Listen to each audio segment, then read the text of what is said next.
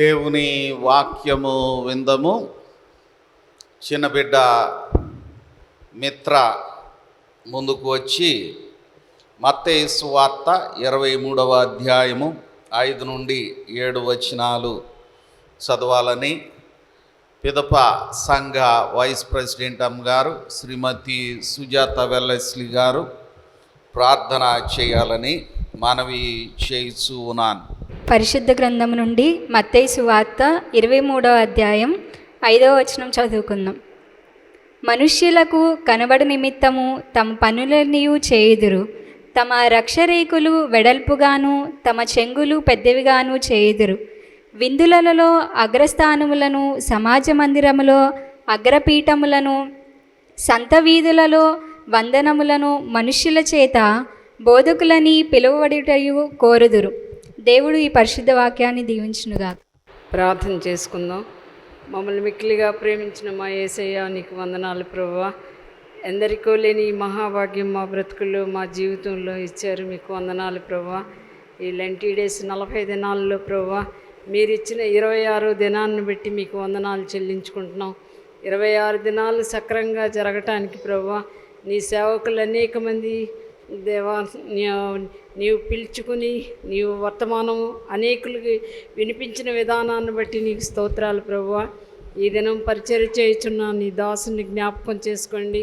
జోనాలతో మీరుండండి ప్రభువా. ఆయన నోటిలో నోరుగా ఉండి బోరగా వాడుకోమని బ్రతుకులాడుకున్నాను. నిలబడినది ఆయన కాదు కానీ ప్రభువా, ఆయనలో మీ ఆత్మ సంచరించినట్లు ప్రభువా, అనేకులకి వాక్యం చెప్తున్నప్పుడు అనేకులు విని ప్రభువా వాటిని మనసులో పెట్టుకొని ప్రభువా వాటి విషయమే ధ్యానించేవారుగా సిద్ధపరచమని వేడుకుంటున్నాను ప్రభువా. నీ దాసునికి కావలసిన బలము శక్తి అనుగ్రహించమని బ్రతుకులాడుకున్నాం. ఏదైనా రిఫ్రెష్మెంట్స్ ఇస్తున్న ప్రభువా, పచ్చిగళ్ళ ధనంజయ మాస్టర్ని జ్ఞాపకం చేసుకోండి ప్రభువా. ఆయన భార్యని బిడ్డలను జ్ఞాపకం చేసుకోండి ప్రభువా. బిడ్డల విద్యలో మీరు సహాయం చేయండి. ఆయన డ్యూటీస్లో రాకపోకల్లో మీరు తోడునీడగా ఉండి నడిపించమని బ్రతిమలాడుకుంటున్నాం ప్రభువా. అలాగే ప్రభువా దేవానైనా అనేక మంది దుఃఖంలో ఉన్నారు ప్రభువా. అట్టి బిడ్డలకు ఓదార్పు దయచేయండి. డోర్తయ్య గారి హస్బెండ్ ప్రభువా, విజయ్ కుమార్ గారు నీ సన్నిధికి పిలుచుకున్నారు ప్రభువా. విడివబడిన బిడ్డలు భార్యను జ్ఞాపకం చేసుకొని ఓదార్పు దయచేయమని బ్రతిమలాడుకుంటున్నాం ప్రభువా.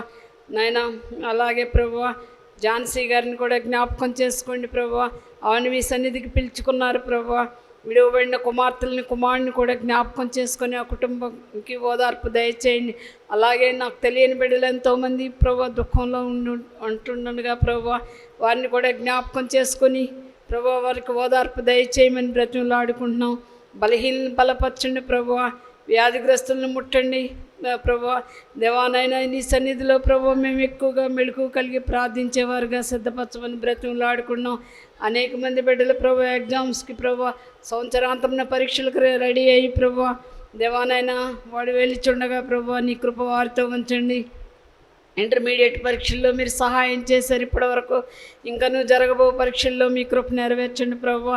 అలాగే ప్రభువా 10th క్లాస్ బిడ్డలకు మీరు కాపుదలు దయచేసి ప్రభువా వారు రాయబో ఎగ్జామ్స్లో మీరు సహాయం చేయండి. అలాగే డిగ్రీ పీజీ ప్రభువా నీట్ ఎగ్జామ్ కొరకు సిద్ధపడుచున్న బిడ్డలను జ్ఞాపకం చేసుకోండి ప్రభువా.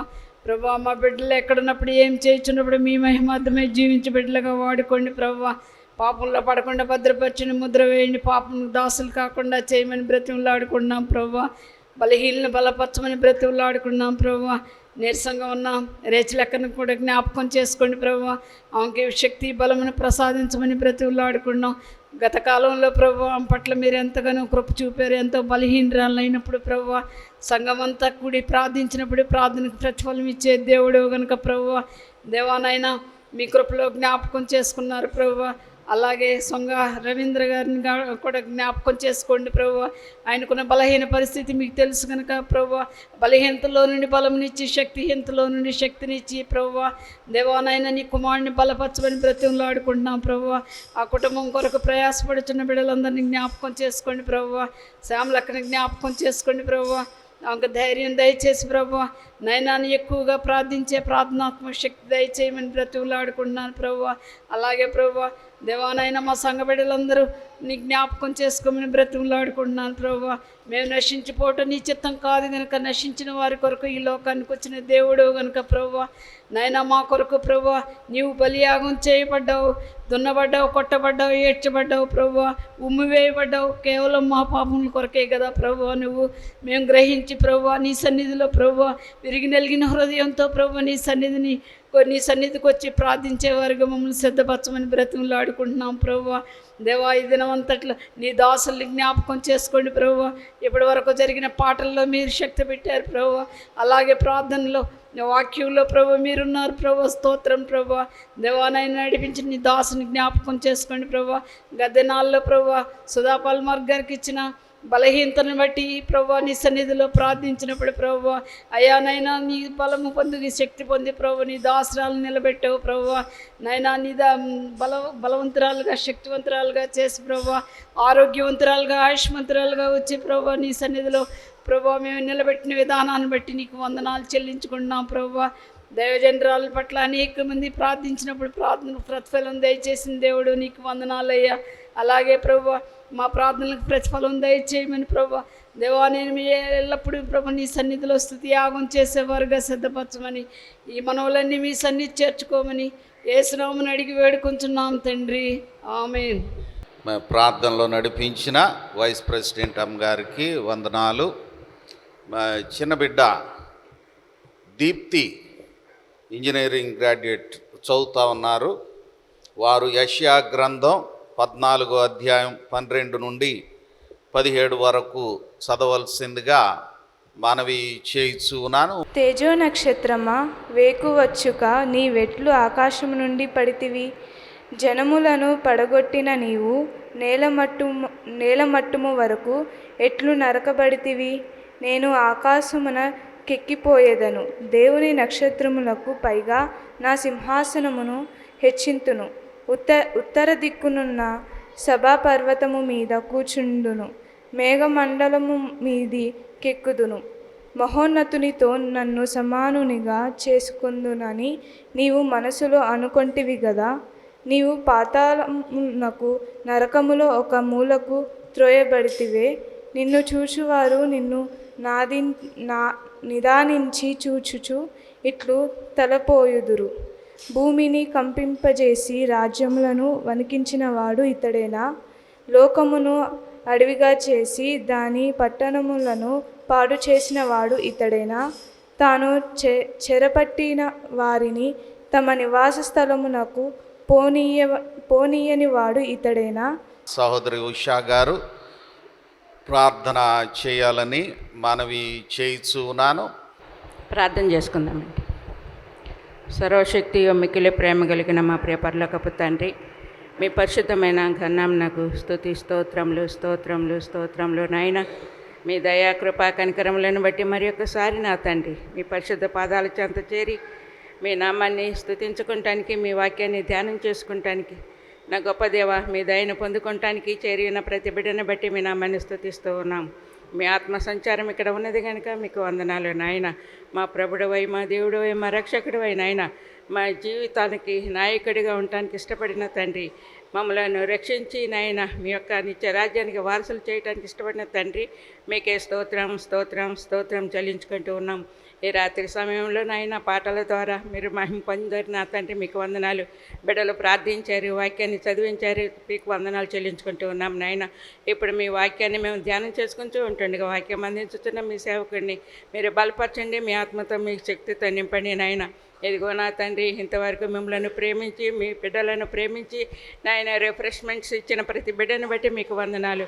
వారికి ప్రత్యేకమైన దీవెనలు ఆశీర్వాదాలు ఇచ్చే తండ్రివి కనుక మీకు వందనాలు. మేమందరము కూడా నాయన మీ శిలువ శ్రమల త్యాగాలని మేము జ్ఞాపకం చేసుకుంటూ నా తండ్రి ఈ మీ ఆలయంలో మేము ఈ విధంగా సంతోషించినట్లు దేవా మాకు అనుగ్రహించిన ఈ సంతోష సమయాలన్నిటిని బట్టి మేము నామాన్ని స్తుతిస్తూ ఉన్నాము నా తండ్రి, మీకు స్తోత్రములు. జీవాధిపతి చేరి ఉన్న ప్రతి బిడ్డను బట్టి మీకు వందనాలు. ఈ దినం రిఫ్రెష్మెంట్స్ ఇస్తున్న మీ సేవకుడిని మీరు దీవించండి, వారి కుటుంబ అవసరతలు తీర్చండి నాయన. వారి గృహంలో ప్రభ మీ వెలుగును ప్రసరింప చేయండి నా యేసయ్య. నా తండ్రి ప్రతి అవసరత మీ ఐశ్వర్యంలో తీర్చండి నాయన. జీవితాంతము కూడా నా తండ్రి నా దేవ మీ కాపుదల్లో భద్రపరచబడి మీలో ఆనందిస్తూ నాయన మంచి విశ్వాసులుగా భక్తులుగా నాయన భూమి మీద మీకు సాక్షులుగా ఉండి నాయన మీ నామాన్ని మహింపరుచుకునే కృపనివ్వండి నా తండ్రి. ఇదిగోనైనా ఇప్పుడు వాక్యం అందించుతున్న మీ ప్రియబిడ్డని కుటుంబాన్ని దీవించి ఆశీర్వదించి మా అందరినీ కూడా ప్రభువా మీ యొక్క ఆత్మలో ఆనందింపచేసి మహిమ పొందమని యేసయ్య శ్రేష్టమైన కన్నాను ప్రార్థించుకొంచున్నాం తండ్రి. దేవుని నామమున సంఘానికి వందనాలు తెలియజేస్తున్నాను. మరి మరొక పర్యాయం రెండోసారి మరి వాక్య పరిచయం చేయడానికి నాకు వచ్చిన అవకాశం కొరకు దేవునికి వందనాలు తెలియజేస్తున్నాం. అలాగే సంఘ కాపరులకు సంఘానికి వందనాలు తెలియజేస్తున్నాం. ఈరోజు వాక్య భాగము ఇప్పుడు చదవబడినట్లుగా మనకి పుస్తకంలో ఇచ్చే బుక్స్లో రాసిపడి ఉన్నది కదా, శాస్త్రులు పరిచర్యుల లౌకిక కోర్కెలను ప్రభువు ఖండించుట. శాస్త్రులు పరిచర్యులు వారి యొక్క లౌకిక కోరికలు ప్రభువు ఖండించుట. దానికి సంబంధించి 2 వాక్య భాగాలు మనకి ఇవ్వడం జరిగింది. అందులో మత్తయి 23:5-7, 23వ అధ్యాయం 5 నుండి 7 వరకు. రెండవది యెషయా 14:12 వచనం 17వ వచనం వరకు రాయబడి ఉంది. ఇప్పుడు చదవబడిన వాక్య భాగం యెషయా గ్రంథము 14వ అధ్యాయం 12 నుండి 17 వరకు. ఒకసారి చూడండి. తేజో నక్షత్రమా, వేకువ చుక్క, నీవెట్లు ఆకాశం నుండి పడితివి. జనములను పడగొట్టిన నీవు నేలమట్టం వరకు ఎట్లు నరకబడితివి. నేను ఆకాశంలోకి ఎక్కిపోయేదను, దేవుని నక్షత్రములకు పైగా నా సింహాసనం హెచ్చింతును. ఉత్తర దిక్కు నన్న సభాపర్వతం మీద కూర్చుందును, మేఘమండలం మీదకి ఎక్కుదును, మహోన్నతునితో నన్ను సమానునిగా చేసుకొందును అని నీ మనసులో అనుకుంటే కదా. నీవు పాతాళమునకు నరకములో ఒక మూలకు త్రోయబడితివే. నిన్ను చూచువారు నిన్ను నిదానించి చూచుచు ఇట్లు తలపోయేదు. భూమిని కంపింపజేసి రాజ్యములను వణికించిన వాడు ఇతడేనా? లోకమును అడవిగా చేసి దాని పట్టణమును పాడు చేసిన వాడు ఇతడేనా? తాను చెరబట్టిన వారిని తన నివాస స్థలములకు పోనీయని వాడు ఇతడేనా అని. ఇక్కడ ఈ సారాంశం యెషయా ప్రవక్త ఇక్కడ చెప్పబడినట్లుగా తేజో నక్షత్రమా, ఇంకా లాస్ట్లో 17వ అధ్యాయంలో భూమిని కంపింపజేసిన రాజు రాజ్యమును వణికించిన వాడు ఇతడేనా. ఇది ఈ సందర్భంలో బబులోను రాజు గురించి చెప్తున్నాడండి. ఇది ఓ ప్రవచనము. యెషయా ప్రవక్త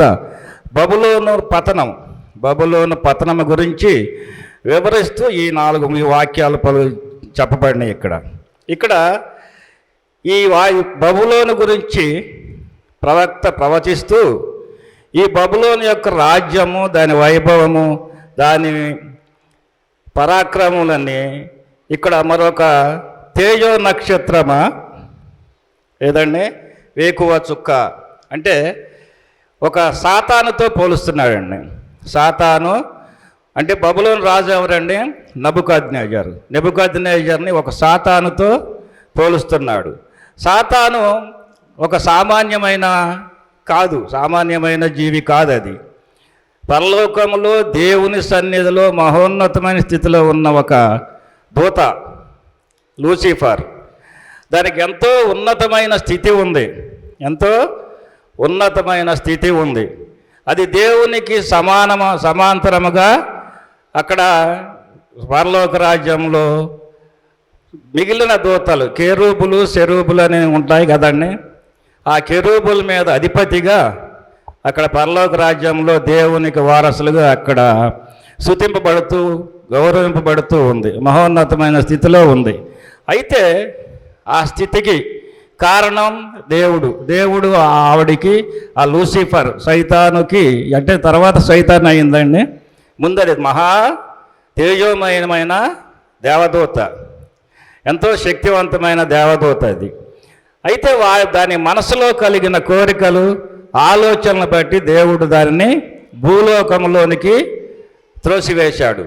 యేసుక్రీస్తు అంటాడు, సాతాను ఆకాశం నుండి వేగువ చుక్క వలె పడుట నేను సూచితిని అని యేసుక్రీస్తు మత్తయి సువార్త 24వ అధ్యాయంలో చెప్తాడండి. అది ఆకాశం నుండి తోసివేయబడింది.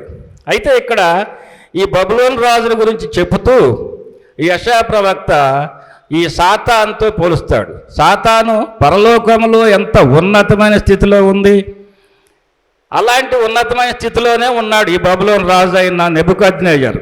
ఎంతో బలమైన రాజ్యము, ఎంతో గంభీరమైన సైన్యము, ఆస్తి, ఐశ్వర్యం, బంగారము చాలా విపరీతంగా ఉన్నాయి.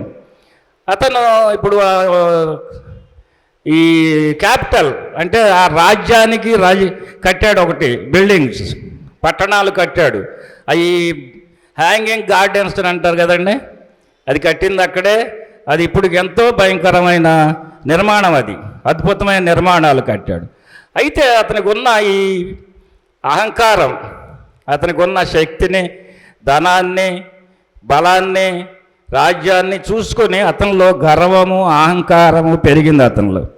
అతను యెరూషలేముల మీద దండయాత్ర చేశాడండి. యెరూషలేముని సర్వనాశనం చేశాడు, మొత్తం కాల్చివేశాడు. సొలొమోను మహారాజు చేత నిర్మించబడిన మందిరం కూల్చివేశాడు, నేలమట్టం అయిపోయిందండి. అందులో ఉన్న బంగారము, వస్తువులు మొత్తం అన్నీ తీసుకుపోయాడు. అలా వారిని బంధించి వారి ఆధీనంలో ఈ ఇజ్రాయేలీలు బబులోనులో 70 సంవత్సరాలు బానిసలుగా ఉన్నారు. 70 సంవత్సరాలు బానిసలుగా ఉన్నాడు. ఇక్కడ చెప్తున్నాడు చూడండి, లాస్ట్లో 17వ వచనంలో, తాను చెరబట్టిన వారిని తన నివాస స్థలములకు పోనీయని వాడు ఇతడేనా. వారు ఎవరినైనా పక్క సామ్రాజ్యంలో, రాజ్యంలో ఎవరినైనా చెరబట్టుకుపోయినా, బందీలుగా తీసుకుపోయినా ఇక వారు అక్కడే చావటం అండి. వారిని విడిపించడం, విడుదల చేయటం అనేది లేదు. ఎంతో క్రూరమైన వాడు. ఆఖరికి చివరికి ఆ రాజు యొక్క ఆలోచన నేనే దేవుడను అనే స్టేజ్కి వెళ్ళిపోయాడు. ఒక 200 అడుగుల విగ్రహం, బంగారు విగ్రహం చేయించి దానికి అందరూ ఆ రాజ్యంలో ప్రతి ఒక్కరూ దానికి సాగిలపడి మొక్కాలని ఆజ్ఞ జారీ చేసేవాడు. అప్పుడే కదండి షడ్రకు, మేషకు, అబేద్నెగోలు దానికి శిరస్సు వంచి నమస్కరించకపోతే వారిని అగ్నిగుండంలో పడేశారు.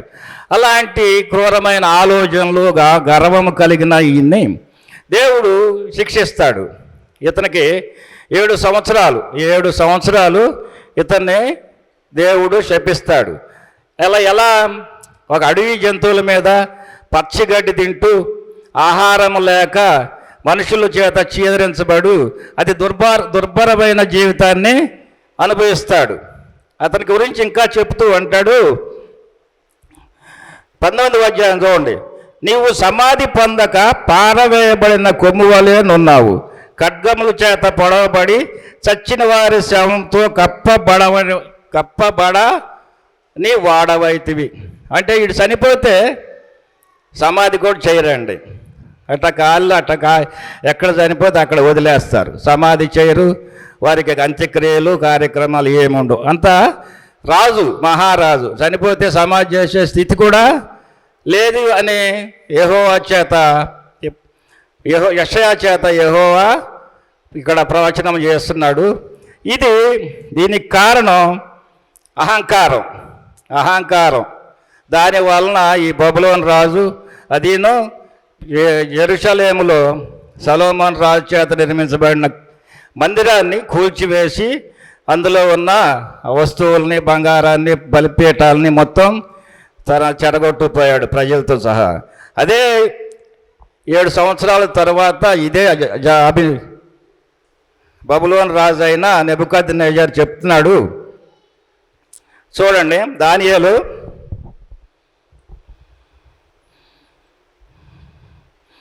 దానియేలు గ్రంథం 4వ అధ్యాయం చదవండి. దానియేలు గ్రంథం 4వ అధ్యాయం 36, 37. ఆ సమయమందు నా బుద్ధి మరలా నాకు వచ్చెను, రాజ్య సంబంధమగు ప్రభావమును, నా ఘనతయు, నా తేజస్సును నాకు కలిగెను. నా మంత్రులను నా క్రింది అధిపతులను నా యొద్ద ఆలోచన చేయవచ్చిరి. నా రాజ్యము నాకు స్థిరపడగా నేను మరి ఎక్కువ ఘనత నొంది తిని. ఎలాగ నెబుకద్నెజరు నేను పరలోకపు రాజు యొక్క కార్యములన్నీ సత్యములను ఆయన మార్గములు న్యాయములు ఉన్నవనియు గర్వముతో నటించు వారిని ఆయన అణపశక్తుడనియు ఆయనను స్తుతించుచు కొనియాడుచు ఘనపరచుచు ఉన్నాను. గర్వము చదవండి అమ్మ. గర్వము ఘనపరచుచు ఉన్నాను.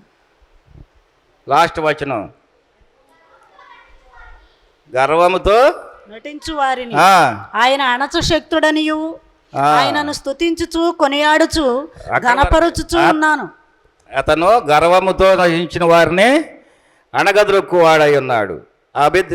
ఈ నెబుకద్నెజరు గర్వమే అతనికి ఈ స్థితికి ఆఖరికి రియలైజ్ అయ్యాడండి. పశ్చాత్తాపం చెంది దేవుని దగ్గరికి వచ్చి మహారాజు మన పరలోకమందు రాజు అయిన ఇజ్రాయేల్ రాజుని దేవుణ్ణి కొనియాడుతున్నాడు. అలాగే ఇక్కడ గర్వము ఇప్పుడు ఇక్కడ సాతానుతో పోల్చాడు. యెషయా గ్రంథం యెషయాలో సాతానుతో పోల్చాడు. ఈ సాతాను కూడా గర్వం వల్లనే భూలోకంలోని గంటివేయబడింది. గర్వము అహంకారము అంటే సాతానుకి లూసిఫర్గా ఉండగా దానికి ఉన్నతమైన స్థితి కల్పించింది ఎవరంటే దేవుడు. ఇక్కడ ఈ నెబుకద్నెజరు ఆ స్థితిని దేవుని వలన కలిగినది అనేది మర్చిపోయాడు. అది నా ప్రతాపం నా వలనే కలిగినదని అతను గర్వించాడు. దేవుని చేత శపించబడ్డాడు. 7 సంవత్సరాల తరువాత మరి పశ్చాత్తాపం చెందడం వలన తిరిగి దేవుని సన్నిధిలో రాజ్యాన్ని ఏలాడు. అయితే సాతానుకు పశ్చాత్తాపం లేదు కనుక అది చీకటిలో త్రోయబడివాడు. ఎక్కడుందండి అది? పాతాళమునకు నరకములు ఒక మూలకు త్రోయబడితివే అని చెప్తున్నాడు. అలాగే రెండవ వాక్య భాగం మనం చూస్తే మత్తయి సువార్త 23:5-7 అండి. మనుషులకు కనబడు నిమిత్తము తమ పనులన్నీ చేయుదురు, తమ రక్షరేకులు వెడల్పుగాను తమ చెంగులు పెద్దవిగాను చేయుదురు. విందులలో అగ్రస్థానములను, సమాజ మందిరములలో అగ్రపీఠములను, సంత వీధులలో మందిరములను, వందనములను మనుషుల చేత బోధకులను పిలువబడుటయు కోరుదురు. ఇక్కడ ఏమన్నాడండి? మనుషులకు కనబడు నిమిత్తము తన పనులన్నీ చేయుదురు. ఎవరు వారు? తమ రక్షరేకులు వెడల్పుగాను తమ చెంగులు పెద్దవిగాను చేయుదురు. విందులలో అగ్రస్థానమును, సమాజ మందిరములో అగ్రపీఠము, సంత వీధులలో వందనములు మనుషుల చేత, సంత వీధుల్లో వందనములు మనుషుల చేత బోధకులని పిలువబడుటయు కోరుదురు. ఎవరండి వీళ్ళు? యేసుక్రీస్తు చెప్తున్నాడు ఇక్కడ. అప్పుడు యేసు జన సమూహంలోని తన మొదటి అధ్యాయం మొదటి వచనం తన శిష్యులతో ఇట్లా, శాస్త్రులు పరిచయులు మోషే పీఠం కింద కూర్చుండేవారు వారి గురించి చెప్తున్నారు ఇక్కడ. ఈ శాస్త్రులు పరిచయుల గురించి యేసుక్రీస్తు చాలాసార్లు విమర్శించాయండి. ఏమని? వేషధారులారా అని, తర్వాత ఇంకా వేషధారులారా అని చెప్తే కాకుండా ఇంకా వారిని అబద్ధ బోధకులని, వేషధారులు అని వారిని యేసుక్రీస్తు వారిని అనేకసార్లు దూషించడం జరిగింది. ఈ శాస్త్రులు పరిచయులు కూడా యేసు ప్రభువుని అనేకసార్లు శోధించడం జరిగింది. అసలు ఈ శాస్త్రులు పరిచయులు సద్దూకాయలు అని ఇంకో ఉన్నారండి. సద్దూకాయలు పరిచయులు సద్దూకాయల గురించి మీరు జాగ్రత్తగా ఉండండి యేసుక్రీస్తు శిష్యులకు హెచ్చరిస్తాడు, ప్రజలకు హెచ్చరిస్తాడు. అసలు వీళ్ళు ఎవరో? దేవుడు యేసుక్రీస్తుకి వీరికి సంబంధం ఏంటి? వ్యతిరేకత ఏంటి? ఎందుకు వచ్చింది ఇది? ఈ సద్దూకాయలు పరిచయులు శాస్త్రులు వీరు ముగ్గురు ఇజ్రాయేల్ సంతానం చెందినవారే. యోధా గోత్రంలో ఉన్నవారు వీళ్ళ ముగ్గురు కూడా. పరిచయులును సద్దూకాయలు ఇద్దరు యోధా గోత్రానికి చెందినవారు, యూదులు. వీరు ఆ సమాజంలో అప్పుడు బాగా చదువుకున్నవారు, జ్ఞానవంతులు, చట్టం తెలిసినవారు, శాస్త్రం తెలిసినవారు, పైగా అధికమైన ధనం గలవారు, ధనవంతులు. ఈ పరిసయ్యుల కన్నా సద్దూకాయలు చాలా ధనవంతులండి. ఆ సామ్రాజ్యంలో, ఆ రాజ్యంలో, ఆ కాలంలో వారు చాలా ధనవంతులు. వారు రాజకీయంగాను, సామాజికంగాను, భౌతిక ఆర్థికంగాను, దేవుని భక్తిలో కూడా ఉన్నతమైన స్థితిలో ఉన్నవారు. వారు ఉన్నతమైన స్థితిలో ఉన్నవారు. వారు అంటే ఒక రకంగా సమాజాన్ని ప్రభావితం చేస్తుంది వారే. అక్కడ హేరోదు రాజు, పిలాతు, ఈ గవర్నర్లు వీళ్ళందరూ ఉన్నా సమాజాన్ని ప్రభావితం చేస్తుంది వీరే. వీరు ఏది చెప్తే అది. పిలాతుని కూడా జడిపిస్తారు ఒకసారి యేసుని సిలువ వేసేటప్పుడు. ఉంది కదండి, పిలాతుకు కూడా నువ్వు మా చెప్పినట్టు చేయాలని చెప్పి ఆయనకు అలాంటి స్థితిలో ఉన్నవారు ఈ పరిసయ్యులు, సద్దూకాయలు, శాస్త్రులు. శాస్త్రులు అనేవారు యాక్చువల్గా మన రాష్ట్రంలో ఉండేవాళ్ళు కర్ణాలు అంటారు చూడండి, కర్ణాలు రాసేవాళ్ళు. ఇప్పుడు డాక్యుమెంట్ రైటర్స్ అని ఉంటారు, ఆ టైప్ వాళ్ళు శాస్త్రులు. అక్కడ గ్రంథాలు రాసేవారు, శాసనాలు రాసేవారు. ఏదైనా ఆ ప్రభుత్వ పరంగా, అధికారంగా ఏదైనా అక్కడ రాయాలి అంటే విడాకులు కానీ, పెళ్ళిళ్ళు కానీ ఏదైనా పత్రాలు రాసేవారు. వారు ఈ గ్రంథస్థం చేసిన వారే. ఏది ధర్మశాస్త్రాన్ని అనేక గ్రంథస్థులుగా, అనేక రకాలుగా గ్రంథాలు లిఖించిన వారే శాస్త్రులు. వారు సమాజంలో సద్దూకాయలు, పరిసయ్యులు, శాస్త్రులు, వీళ్ళు ముగ్గురు ఉన్నతమైన స్థితి వారు. వీళ్ళు ముగ్గురు ఒక బ్యాచ్ అండి, ఒక గ్రూప్ అక్కడ. అయితే సద్దూకాయలకి ఈ పరిసయ్యులకి ఇద్దరు ఒకటే, ఆలోచన విధానం ఒకటే. కానీ చిన్న పాలసీ మ్యాటర్లో వ్యతిరేకత ఉంది. వీరికి వారికి పడదోనో కొన్ని విషయాల్లో ఒకరికొకరు ఏకీభవించుకోరు. అది ఎలాగంటే సద్దూకాయలు, పరిసయ్యులు ఇద్దరు దేవుని బోధకులు. వాక్యం అంటే అక్కడ అప్పుడు మన ధర్మశాస్త్రాన్ని బోధించేవారు. ధర్మశాస్త్రం అనేది దేవాలయంలో ఉంటూ అది చదవడం, దాన్ని ప్రకటించడం. అది ఒక్కరే చేసేవాళ్ళు, ఎవరు చదివేవాళ్ళు కాదు, ఎవరికి వచ్చేది కాదు, తెలిసేది కాదు. అది ప్రజలందరికీ బోధించేవారు. అది వారి చేతిలోనే ఉండేది. వారు చెప్పిందే వినటం వాళ్ళు. ప్రతిరోజు ధర్మశాస్త్రాన్ని చదివి బోధించటం అక్కడ యాజకుల పని. యాజకులు అంటే వీరే యాజకులు. సంఘాన్ని నడిపించేది వీరే, సంఘాన్ని ప్రార్థన జరిగించేది వీరే. అసలు ఈ దేవాలయం మొత్తం వారి చేతుల్లోనే ఉంటుంది. దేవాలయం మొత్తం సద్దూకాయల చేతిలోనే ఉంటుంది. ఆ సద్దూకాయలు ఆఖరికి ఎలా వెళ్ళారు అంటే ఆ దేవాలయాన్ని వ్యాపార మందిరంగా మార్చారు. యేసుక్రీస్తు వెళ్ళి ఆ దేవాలయంలో ఒకసారి తెలుసు కదండి, కోడా తీసుకుని అక్కడ వ్యాపారం చేస్తున్న గువ్వలమ్మే వాళ్ళని, డబ్బు వ్యాపారం చేసేవాళ్ళు అందరిని కొట్లు పడేస్తాడు. అవునా? అది సద్దూకాయల పని. వారు అప్పుడు యేసు ప్రభుని టార్గెట్ చేస్తారు. అసలు ఈయన ఎవరో, వీళ్ళ వ్యాపారాన్ని పాడు చేస్తున్నాడు అని. అలాగే పరిసయ్యులు ఎవరంటే సద్దూకాయలకి పరిసయ్యులకి వ్యత్యాసం. సద్దూకాయలు పునరుద్ధానము లేదు అనేవారు. పునరుద్ధానం అనేది లేదు, కేవలం ఈ జన్మలో బతుకుతాం, చనిపోతాం అంతే, తర్వాత లైఫ్ అనేది లేదు, అసలు ఎటువంటి లేదు, అక్కడతో జీవితం అంతే అయిపోయినట్టే. సద్దూకాయలు పునరుద్ధానం లేదు. ఇక్కడ బైబిల్లో కూడా రాసింది సద్దూకాయలు నమ్మని, పునరుద్ధానం నమ్మని సద్దూకాయలు అని 22వ వచనంలో రాసి ఉంటుంది, చెప్తాను. అలాగే పరిసయ్యులు పునరుద్ధాన్ని నమ్ముతారు, దేవుని రాజ్యాన్ని నమ్ముతారు, దేవదూతలు ఉన్నాయని నమ్ముతారు, అన్నీ నమ్ముతారు. వీరు కూడా ధర్మశాస్త్రాన్ని కంటతా పట్టిన వారు, నిష్ట కలిగిన వారు. ఏదైనా ధర్మశాస్త్రం ప్రకారమే చేస్తారు, చాలా నిష్టగా ఉంటారు. అయితే వీరు సద్దూకాయల చేతిలో ఉన్న దేవాలయంలోకి వెళ్ళలేక వీరు ప్రత్యేకంగా ఒక బయట ధర్మశాస్త్రాన్ని బయట కూడా చదవచ్చు, చెప్పొచ్చు, బోధించవచ్చు అని చెప్పి దేవాలయానికి బయట ధర్మశాస్త్రాన్ని బోధించారు. అయితే ఆ ధర్మశాస్త్రం రాయబడినది, చెప్పబడినది, నోటితో చెప్పబడుతున్నది.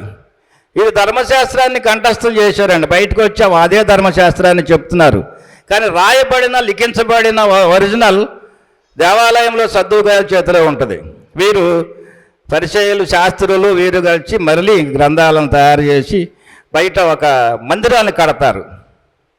సినగోగు అనే పేరు విన్నారండి? యెరూషలేములో ఉన్న ఇప్పటికి కూడా దేవాలయాలు అంటే పడిపోయి ఉన్నాయిలేండి, శిథిలం అయిపోయి ఉన్నాయి. సినగోగు అంటారు. అవి ప్రార్థనా మందిరాలు. అదే సమాజ మందిరము అని అంటారు. మన బైబిల్లో కూడా ఉంది చాలా చోట్ల సమాజ మందిరము. సినగోగు అంటే అక్కడ గ్రీక్ లాంగ్వేజ్ దాని ప్రకారం, తెలుగులో ప్రార్థనా మందిరాలు, సమాజ మందిరాలు. అవి నిర్మించారు వీళ్ళు పరిచయులు. వారు బయట దేవాలయం బయట మరలా ప్రజల కొరకు ధర్మశాస్త్రాన్ని బోధించడానికి దేవాలయాలు నిర్మించారు. పైగా స్కూల్స్ కూడా రన్ చేశారండి, పాఠశాలలు కూడా రన్ చేశారు. పాఠశాలలు పెట్టి స్కూల్స్ పెట్టి మంచి పరిచర్య చేస్తున్నారు. అయితే కాలం గతించిన కొందని రాత్రి జాన్సన్ గారు చెప్పారు, ఎప్పుడో పురాతనమైన పరిచయుల్లాగా మనం ఉండాలన్నారు. కానీ ప్రస్తుత పరిచయుల్లా కాదు.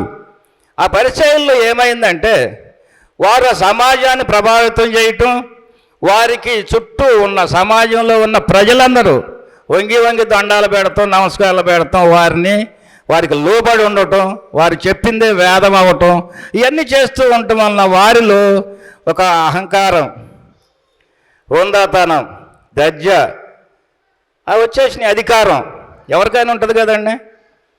ఒక సమాజాన్ని మనం, కొంతమంది ప్రజల్ని, ఒక వర్గాన్ని మనం మన స్వాధీనంలో ఉంచుకున్నామంటే మనం వారికన్నా హెచ్చు స్థితిలోనే ఉన్నట్లు. అలాంటప్పుడు మన స్థితిని మనం కోల్పోవటానికి ఇష్టపడం. మనం ఆ స్థితిలోనే ఉండాలనుకుంటాం. మనం ఏది చేసినా మనకున్న స్థితిని ఇంకా పైకి వెళ్ళాలనుకుంటాం, కానీ కిందకు రావడానికి ఎవరు ఒప్పుకోరండి. ఇక్కడ పరిచయులు సద్దూకాయలు ఆ స్థితిలో ఉన్నవారు. అయితే ఇంకొక పని వారికి యేసుక్రీస్తుకి విభేదానికి ఇంకొకటి, వారు పరిచయులు ఏం చేస్తారు అంటే ధర్మశాస్త్రాన్ని బోధిస్తూనే ఉంటారు, లోక సంబంధమైన విషయాలను కూడా ప్రజలకు.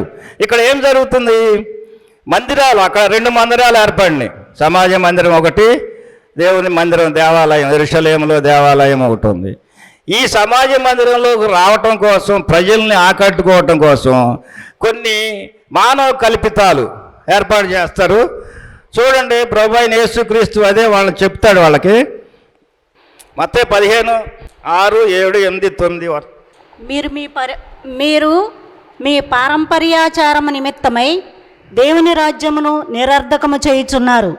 వేషధారులారా, ఆగండి అమ్మా, మత్తయి 15:6, 7 నేను చదువుతాను చూడండి. మీరు మీ పారంపర్యాచార్యముల నిమిత్తమై దేవుని వాక్యం నిరర్ధకము చేయుచున్నారు. వారు బోధించే దేవుని వాక్యమే, వారు చెప్పేది ధర్మశాస్త్రమే.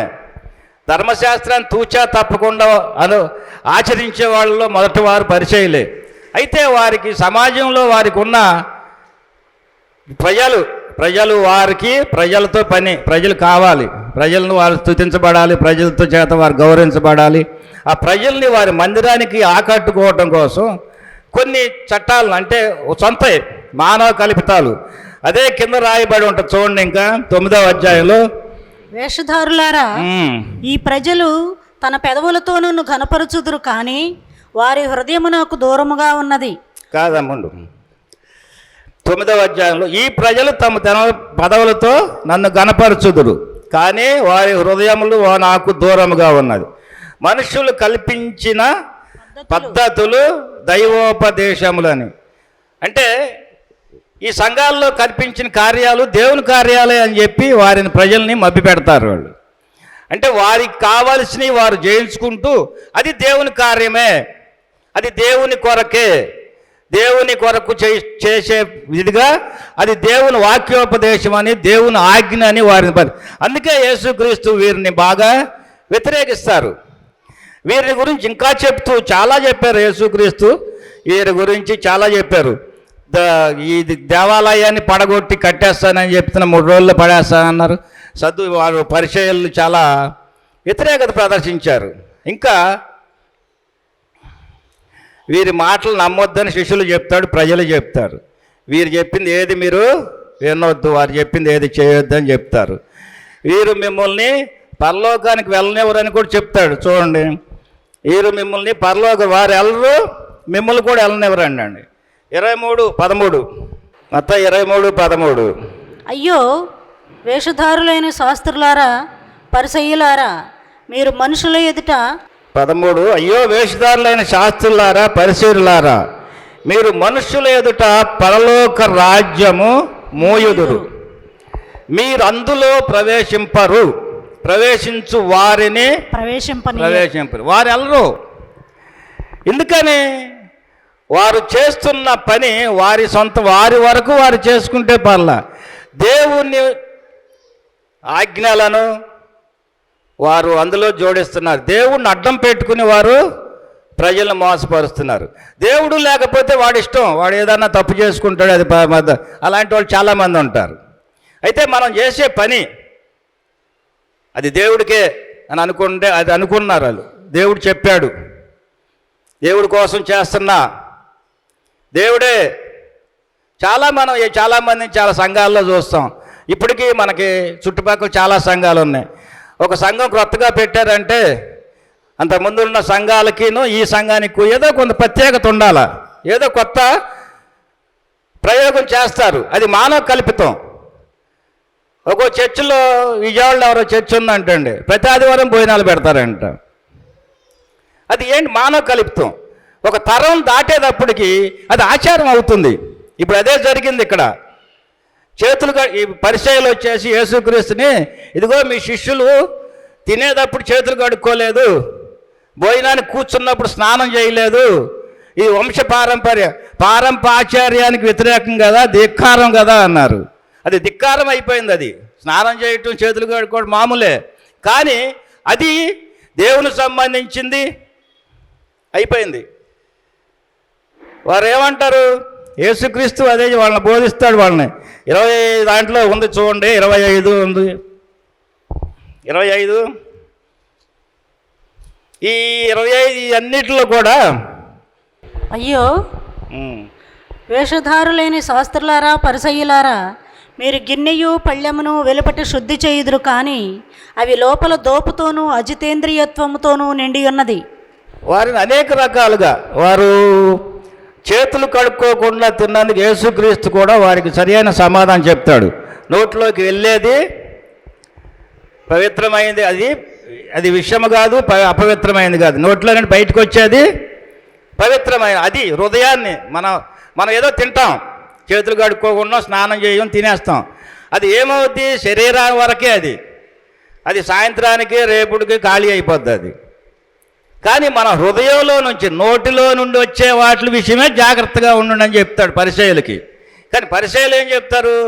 తినేదాని గురించి జాగ్రత్త వహిస్తారు. ఇలాంటి చాలా ఉన్నాయి.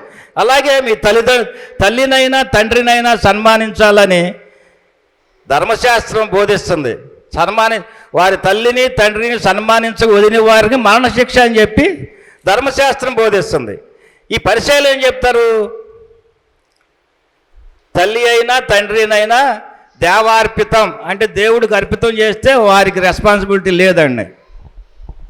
అంటే వారి తల్లిదండ్రులని చూడనక్కర్లే. ఇంకా అదే విషయం చెప్తారు యేసుక్రీస్తు. చాలా ఇవన్నీ జరుగుతున్నాయి. ఇందుకు కారణం ఏంటంటే యేసుక్రీస్తుది ఒకటే, వీరు చేసేవన్నీ ధర్మశాస్త్రాన్ని అడ్డం పెట్టుకుని చేస్తున్నారు. వారి హృదయాలు మాకు దూరంగా ఉన్నాయి, వారు నన్ను వ్యర్థముగా ఆరాధిస్తున్నారు. అది ఇక్కడ ఇంపార్టెంట్. వారు వ్యర్థంగా ఆరాధిస్తున్నారు. వారే కాదు, ఆలయంలో ప్రార్థన వచ్చిన వారు కూడా వ్యర్థంగా ఆరాధించే స్థితిలోకి వీరు తీసుకెళ్తున్నారు వారిని. అందుకనే యేసు వారిని వేషధారులారా, అంధభక్తులారా అని పిలిచిస్తున్నారు. ఆయన్ని అంధభక్తులారా, వేషధారులారా, మీరు పరలోకంలో ప్రవేశించు వారిని కూడా ప్రవేశింపనియ్యరు. అక్కడ నెబుకద్నెజరు కూడా అతనికి ఉన్న అధికారాన్ని అసలు నేనే దేవుణ్ణి అనే స్థితికి వెళ్ళిపోయాడు. వాడు విగ్రహాన్ని చేపించి రాజ్యాన్ని మొత్తాన్ని దానికి నమస్కరించండి అని చెప్తున్నాడు. లేకుంటే మరణదండన. అహంకారమే మనిషి మరణానికి కారణం, శాపానికి కారణం, పాపానికి కారణం, మరణానికి కారణం క్రీస్తు. అదే ఈ వాక్యం ద్వారా మనం చెప్పబడేది ఏంటంటే, దేవుడు లాస్ట్లో చెప్తాడు మీకు, తన్ను తాను హెచ్చించుకున్న వాడు తగ్గించబడును, తన్ను తాను తగ్గించుకున్న వాడు హెచ్చించబడును. అది తెలిసిందే కదా మనకి జీవితాల్లో, మన జీవితాల్లో మనకు కలిగిన ఆధిక్యత అది దేవుని. మనకి ఆధిక్యతను చూసి దేవుణ్ణి మర్చిపోయి మనం సొంతగా మనం ఆలోచించుకుని మనల్ని మనం హెచ్చించుకుంటే అది దేవునికి వ్యతిరేకం. అది దేవునికి వ్యతిరేకం. దేవుడు ఏం చెప్తున్నాడు? తన్ను తాను హెచ్చించుకున్నవాడు తగ్గించుకొనబడును, తగ్గించుకున్నవాడు హెచ్చించబడును. వీళ్ళందరూ, ఈ సద్దూకాయలు, ఈ పరిసయ్యులు వారి స్థితిని కోల్పోతారు. యేసుక్రీస్తు వారి విషయమై అనేక బోధలు చేస్తుంటే వారి ఉనికిని కోల్పోతున్నారు. యేసుక్రీస్తు ఎక్కడుంటే అక్కడ కొన్ని వేల మంది జాగ్రత్తలు వస్తున్నారు, ఆడికి రోగులు స్వస్థపరుస్తున్నారు.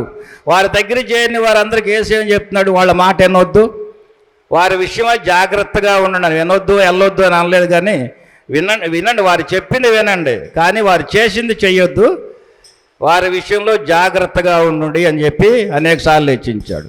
అంతేకాకుండా ఈ పరిచర్యలు అది యేసు మీద ఎంతో కక్ష కట్టారు. చివరికి వాళ్ళ పొజిషన్ని, వాళ్ళ స్థితిని, వాళ్ళ ఉనికిని వాళ్ళు కోల్పోకుండా అదే యేసుక్రీస్తుని ఇలాగే వదిలేస్తే ఇక ప్రజలందరూ దేవుని క్రీస్తు వెనకాలే తిరుగుతారు. ఇక వీళ్ళని పట్టించుకునే వాళ్ళు ఉండరు.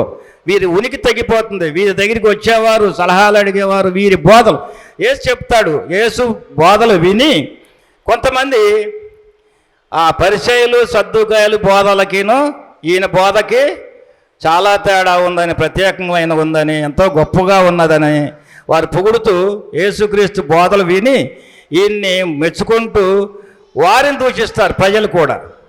ఆ స్థితి అలాగే ఉంటే పరిచర్యలు, సద్దూకాయలు వారు ఉనికిని కోల్పోతారు. అందుకని వాళ్ళు ఏం చేశారంటే యేసుక్రీస్తుని సిలువేసి చంపేశారు.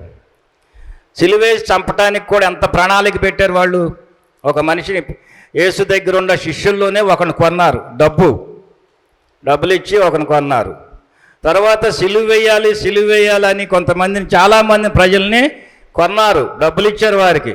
కొంతమందిని బెదిరించారు, కొంతమంది అధికారాన్ని చలామించారు కొంతమంది మీద. వారు ఎంతో రాజకీయ కుట్ర చేశారు. ఎందుకు? వారి ఉనికిని కాపాడుకోవటం. వారి ఉనికిని కాపాడుకోవటం ఏంటి? వారు ధర్మశాస్త్రాన్నే బోధిస్తున్నాము అనే భ్రమలో ఉన్నారు. ధర్మశాస్త్రాన్నే బోధిస్తున్నాము, ధర్మశాస్త్రమే మాకు వాళ్ళ ఉనికికి ఆధారం. ఆ దేవాలయాలు, ఆ ప్రార్థనా మందిరాలు, అదే సమాజ మందిరం అని అన్నారు. బైబిల్లో రాయి ఉంది.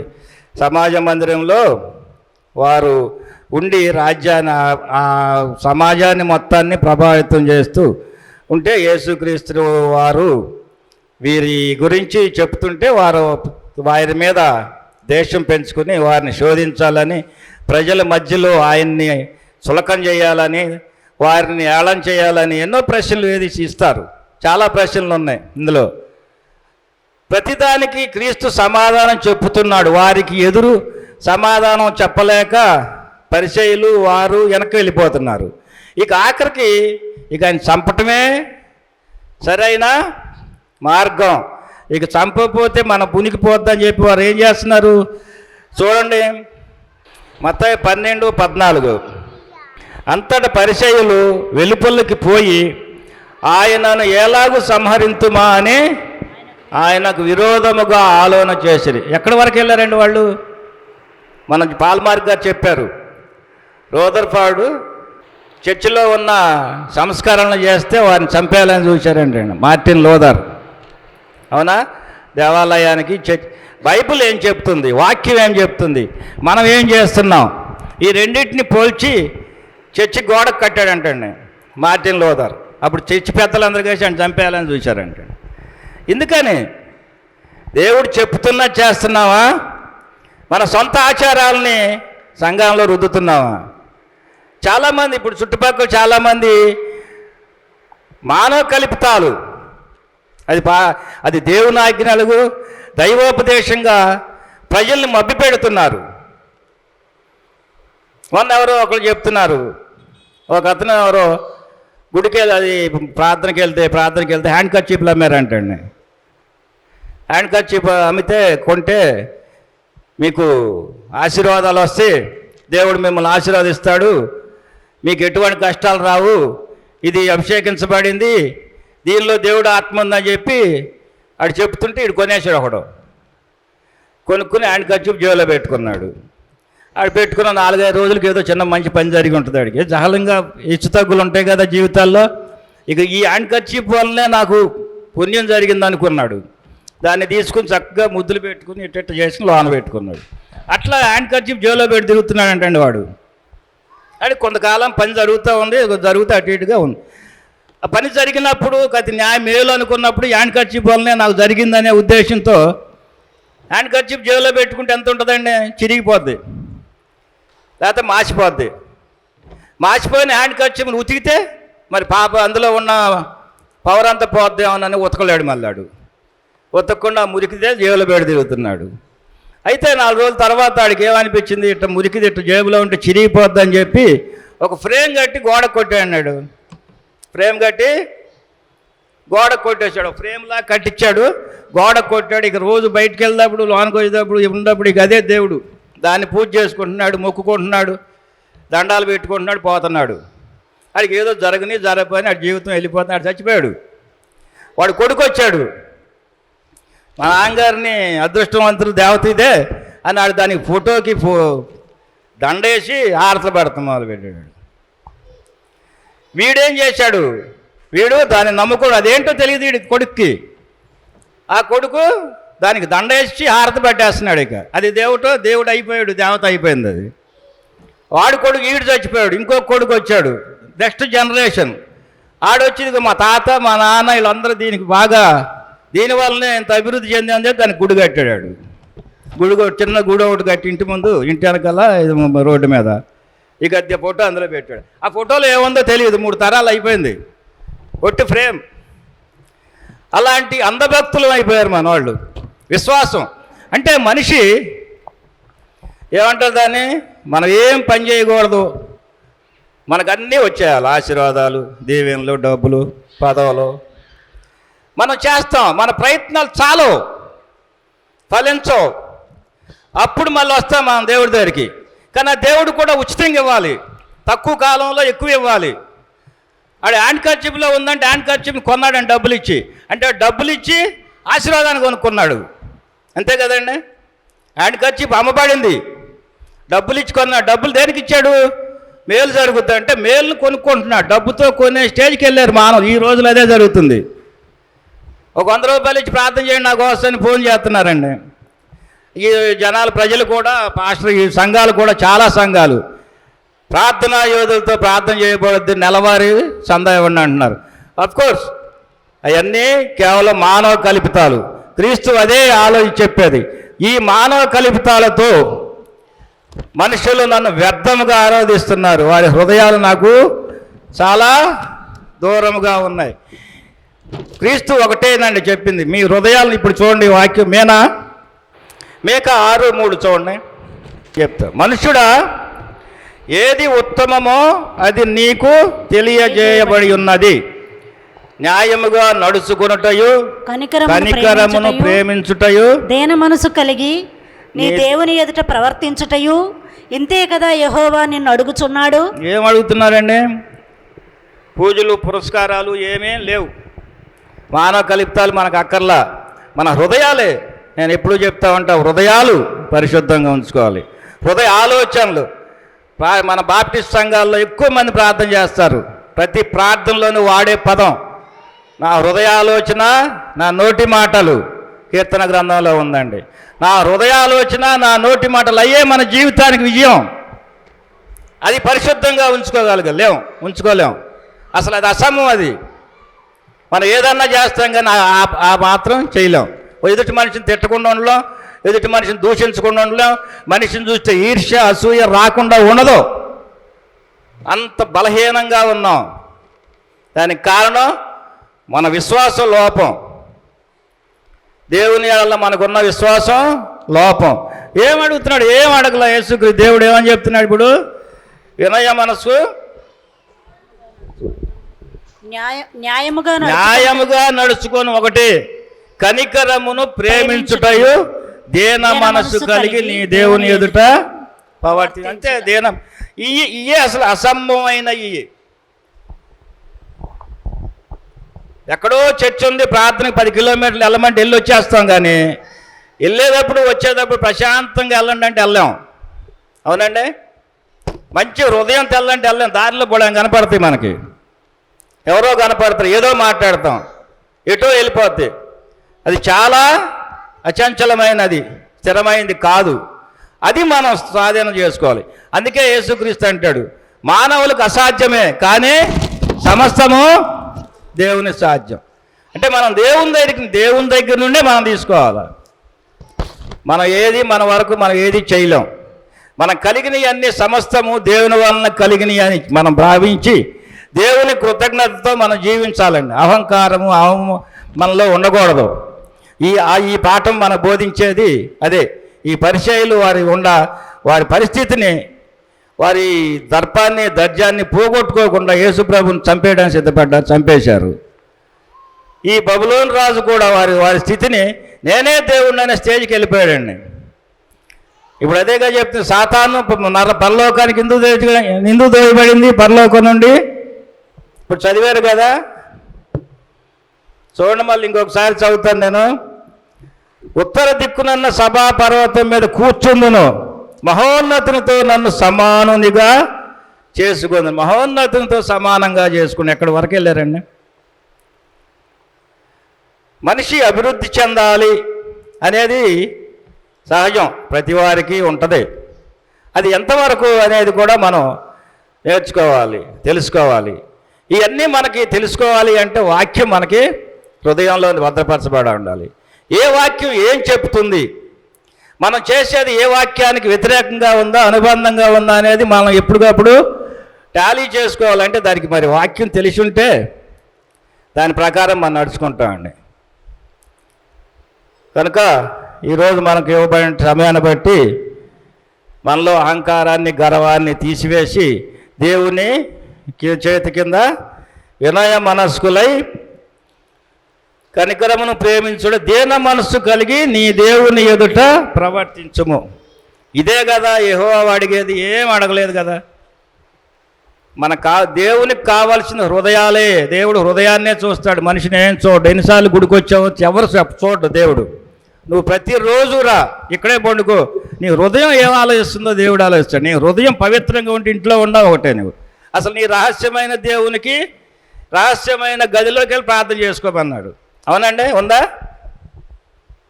ఏకాంతముగా గదిలోకి వెళ్ళి నీ రహస్యం అందున్న దేవుని కొరకు ప్రార్థన చేయండి. రహస్యంగా ప్రార్థన చేయండి, గంభీరంగాను ఓపెన్గాను అరుచుకుంటా ఎగరుకుంటా ప్రార్థన. ఇప్పుడు ఈ మధ్య సంఘాలన్నీ అయ్యే జరుగుతున్నాయి.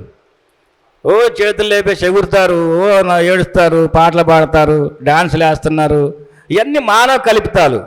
ఆ మానవ కల్పితాలే వద్దు. అవి మనం గ్రహించాలి. అది మానవ కల్పితమా, దేవుని కల్పితమా, దేవుని ఆజ్ఞ, దేవుడు చెప్పిందా అని మనం తెలియాలంటే వాక్యం తెలియాలి మనకి. వాక్యం తెలియకపోతే ఓహో అని చెప్పి ఇప్పుడు పరిచయాలు అదే. పరిచయాలు చెప్పింది ఇది దేవుని ఆజ్ఞ అని బోధించారు వాళ్ళు. ఇది దేవుడు చెప్తున్నాడు, గ్రంథం ఇలా చెప్తుంది, పరిశుద్ధ గ్రంథంలో. అదే ధర్మశాస్త్రం, మోషే ధర్మశాస్త్రంలో ఈ రకంగా ఉంది, ఈ పని చెయ్యి అంటే చేసేస్తున్నారు వాళ్ళు. తెలియదు. ధర్మశాస్త్రం వారికి తెలిసి ఉంటే వీడు చెప్పేది తప్పో ఒప్పో తెలుసుద్ది. కనుక వాక్యాన్ని భద్రపరచుకోండి మీ హృదయాల్లో. నేను ఎన్నిసార్లు చెప్పినా అదే చెప్తా, వాక్యమే వాళ్ళు నడిపించేది. కంప్యూటర్లో ప్రోగ్రామ్ చేస్తారండి, అన్ని ఆర్డర్స్ అన్నీ అందులో ఉంటాయి. మనం ఇచ్చిన ఆర్డర్ దానికి దీన్ని టాలీ అయితేనే పని చేస్తాం, లేదా పని చేయదు. మనకు కూడా వాక్యం మన బాడీలో, మన బ్రెయిన్లో ఉంటే మనం చేసే పనులను ఎప్పటికప్పుడు రైట్ ఆర్ రాంగ్గా చెప్తూ ఉంటుంది. మరి ఆ జ్ఞానం, ఆ ఆలోచన దేవుని వల్లనే కలగాలి మనకి. దేవుని వాక్యాన్ని భద్రపరచుకుందాం. దేవుని దగ్గర దీన మనసు కలిగి దేవునితో ఉందాం. మనలో ఉన్న అహంకారాన్ని, గర్వాన్ని ఈ వాక్యం మనం తెలియజేసింది. అదే దేవుడు మన వాక్యం దీవించిన గాక.